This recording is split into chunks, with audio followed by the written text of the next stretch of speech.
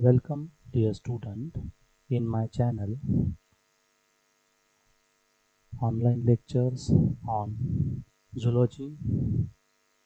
Today's lecture is for second year zoology student and topic is comparison of three protochordate subphylum. Before going to start this comparison, just briefly recall that what are the topics and subtopics we did studied in the paper Animal Diversity third for first semester second year course. In this Animal Diversity third we have studied the general characters of chordate, distinguishing characters between chordate and non-chordate, and the group protochordata. From the group protochordata we have studied the three subphyla Hemichordata, Urochordata and Cephalochordata, and from these three subphyla we have also studied the representative example Baroglossus from Hemichordata, Herdmania from Urochordata and Amphioxus from Cephalochordata. Now today in this lecture, while comparing all these three subphyla, we are going to compare these three examples from these three subphyla. But before going to start this comparison, let me remind you, please do subscribe my channel and press the bell icon for latest videos. So let's start the comparison of three protochordate subphyla. As you know, protochordates are the primitive chordates. Though these three primitive chordates showing the basic fundamental characters of chordate, that is presence of notochord, which is dorsal cylindrical rod like, and hollow nerve cord, which is also dorsal, and a pharyngeal gill slits. So these are the fundamental characters which shown by these three subphyla, but they differ from one another in several ways. Their chief contrasting characters are summarized in this topic. Along with the summarize, along with this contrasting, similar characters are also summarized here.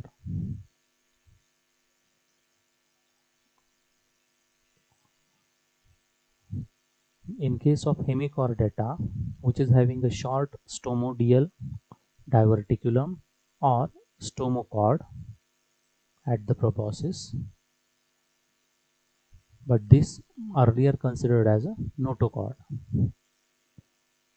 but now it is just considered somewhat doubtful structure and not a true notochord. That's why nowadays these Hemichordata place as a separate phylum, not into the protochordate, just after the Echinodermata and before the Chordata. That means it is placed in between non-chordate and chordate. And it is also considered as a connecting link between chordate and non-chordate. So this is about Hemichordata. Example, as you know very well, Balanoglossus. And the second subphylum, Urochordata, which though have the notochord, but it is only in the tail of the tadpole larva. As the individual grown up and becomes adult, the notochord disappears.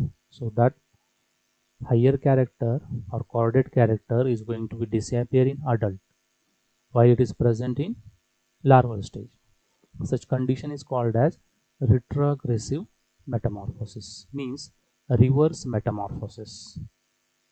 The changes do occurs, but they are reverse. And the third subphyla, that is Cephalochordata, which have persistent notochord, means it present throughout life, extending along the whole length of their body throughout life. So this is about Cephalochordata. So these are some distinguishing thing from Hemichordata to Cephalochordata.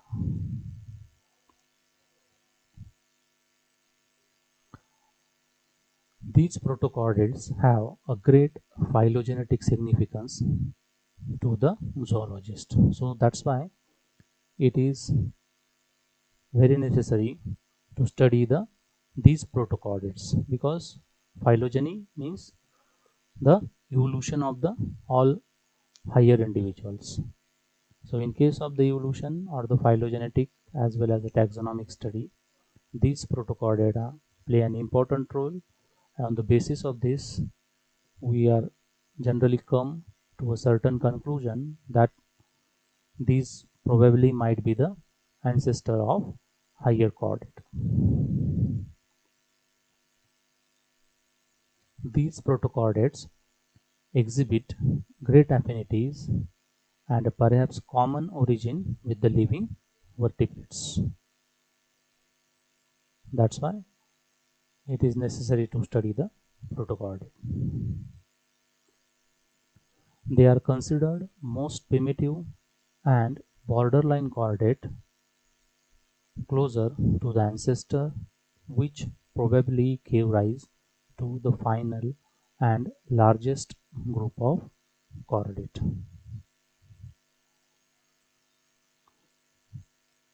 So we'll see the comparison of all these three subphyla along with the three representative example: Balanoglossus from Hemichordata, Herdmania from Urochordata, and Bronchiostoma or Amphioxus from Cephalochordata.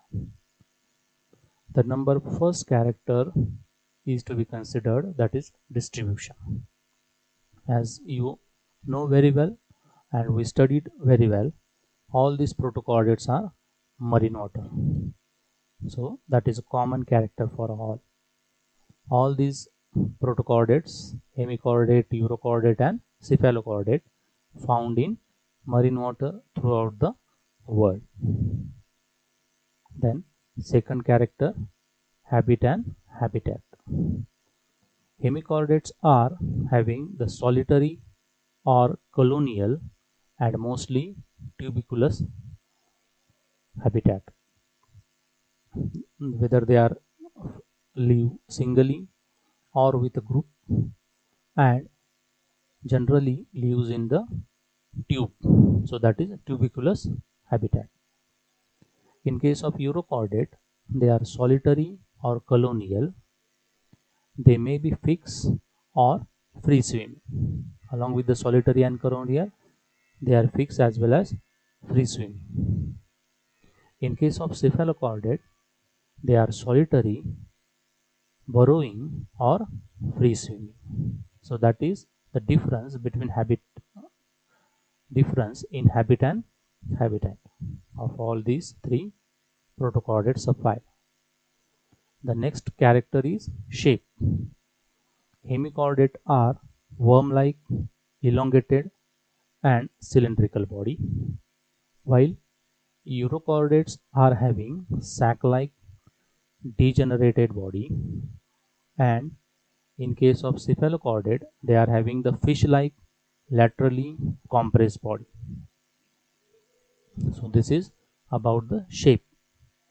In case of body division, hemichordates are having the three regions of the body: proboscis, collar, and trunk. In case of urochordate, they do not have such kinds of the division. In case of cephalochordate, they are having trunk and tail, and they are not having any kinds of the distinct head. Distinct head is absent in cephalochordate. So this is about the body division, difference in all these three subphyla. The next or the fifth character is post-anal tail. Post-anal tail is absent in hemichordate as well as urochordate, but in case of cephalochordate, post-anal tail is present. Then next character is fins. In case of hemichordate and urochordate, fins are also absent, but in cephalochordate, median fin is present. The seventh character is test. In hemichordata, test may be absent or if present, which compose of tunicine. So that is the modification of test. As they are tuberculous, they are having such kinds of the tubes which made from tunicine. And in urochordata, body covered with a tunic. So that's why they are also called as tunicate. And in case of cephalochordata, test is absent. The next character is coelom or body cavity. In case of hemichordata, coelom is enterocoelous. That is, coelom is formed from the pouches of mesoderm. So that is enterocoelous coelom, and these kinds of the things is visible at the embryological changes or the embryological growth. As it is enterocoelous, divisible into proboscis, collar and trunk coelom. In case of urochordata, coelom is absent and replaced by atrial cavity. So instead of the coelom, it is having the atrial cavity. In case of cephalochordata, coelom is reduced by the development of atrial cavity. So that is the difference between all these three subphyla on the basis of coelom. The next character is atrial cavity. In case of hemichordate, atrial cavity is absent. In case of urochordate, atrial cavity is well developed. Also, it is well developed in cephalochordate. The next character is notochord. In case of hemichordate, it is absent. That I have already told you about this buccal diverticulum, which is present into the proboscis, earlier considered as a notochord, but later now it has recognized that it is not a notochord. That's why the animal is to be kept in separate phyla. So the notochord is absent in hemichordate. In case of urochordate, it is absent in adult, present only in larval tail. And in case of cephalochordata, notochord present, it is rod-like, it persists throughout life. Then next character is muscles. In case of hemichordate and urochordate, muscles are unsegmented. But in case of cephalochordate, the muscles are metamerically segmented as myotomes. So that is the modification of muscles in case of cephalochordate. Myotomes are present. Next character is alimentary canal. Alimentary canal in hemichordata is complete, straight or coiled.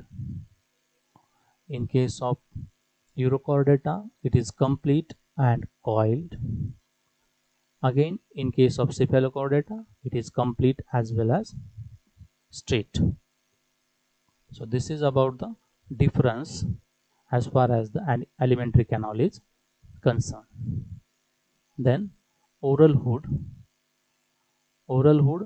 which is absent in hemichordate as well as urochordate, but in case of cephalochordate it is present bordering the mouth aperture. Then next character is pharyngeal apparatus. In hemichordata, they are having large simple with two dorsal linear rows of gill slits. While in case of urochordata, they are having large complex with two to numerous pairs of internal gill slits. And in cephalochordata, large complex with several pairs of lateral gill slits are present. So this is the distinguishing things as far as the pharyngeal apparatus are concerned. The next character is mode of feeding. Hemichordates are ciliary or filter feeder. Urochordates are ciliary feeder, and cephalochordates are also ciliary feeder. So that is about the mode of feeding. About the respiratory organs, in case of hemichordate, respiratory organs are absent. Respiration occurs within gill slits. In case of urochordate, it is respiratory organ is also absent. Respiration occurs through the pharyngeal wall. And in case of cephalochordate, respiratory organs absent and respiration occurs through the pharyngeal wall. So this is about the respiratory organ. Then about the heart. In hemichordate, heart which is dorsal in position. In case of urochordate, they are having well developed ventral muscular heart, and in cephalochordate the heart is absent. Then the next character is excretory organs for the removal of nitrogenous waste. In case of hemichordate, they are having the glomerulus in proboscis for removal of nitrogenous waste. In case of urochordate, they are having a neural gland, pyloric gland, and nephrocytes. In case of cephalochordate, they are having protonephridia as a excretory organ. Next character is nervous system. In case of hemichordata, they are having intraepidermal nervous system. In case of urochordata, they are having only dorsal nerve ganglia in adult. While in case of cephalochordata, nerve cord which is present, which is dorsal, tubular, without ganglia, and simple brain present. So that is the difference in nervous system among these three subphyla. The next character is sexes. In hemichordata, sexes are separate. In urochordata, they are hermaphrodite, means both male and female reproductive organs are present in same individual. And in cephalochordate, they are also having the separate sexes. Though in hemichordata, their sexes are separate, but there are also some hemichordates which are having the hermaphrodite condition. The next character is gonad. In case of hemichordate, they are having one to several pairs of gonad, while in urochordate they are having one pair of gonad only, and in cephalochordate they are having many pair metamerically arranged gonad. Then the next character is gonoduct. Gonoduct is absent in hemichordate, it is present in urochordate, and it is again absent in cephalochordate. And the last character is development. How the development occurs in all these three individual animal belong from these three subphyla. In hemichordate, the development is direct or indirect. Direct means from the eggs, the individual which is just look like as an adult, but it is small in size, appears. Indirect development means the presence of larval stage and it is completely differ from the adult. So that is indirect. So both the developments are present. If it is indirect, there is a specialized larva, as I have told earlier lecture, that is Tornaria larva. It is a peculiar larva of hemichordate, so which is present, and with or without metamorphosis. Then in case of Urochordata, they are also having indirect development with the larval stage, and the larva is called as a tadpole larva, and with the retrogressive metamorphosis. That is, the notochord which present in larval stage is going to degenerate or disappear as the individual convert from larvae to adult. Such metamorphosis is called as retrogressive metamorphosis. And in case of cephalochordata, indirect development is occur with metamorphosis. And these are the three representative examples from these three subphyla.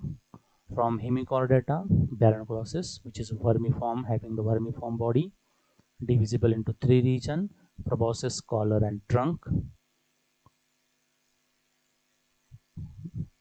And Urochordata, which is having such kinds of the structure enclosed into the test or tunic. That's why they are also called as tunicate, and it is not having such a division of the body. And the third is cephalochordate, which is having the elongated body, somewhat laterally compressed structure, fish-like structure, and only mouth comes outside the burrows for feeding. So these are the three representative examples of these three protochordate subphyla: Hemichordata, Urochordata, and Cephalochordata. So along with all the characters of all these three subphyla, with this lecture we have also studied the comparative characters or the comparative differences between these three subphyla. So I hope you will understand all these characters, all these differences, and will enjoy the lecture. If though you have any doubt or any query in your mind, please write it into the comment box, so I will try to solve all your queries. Thank you.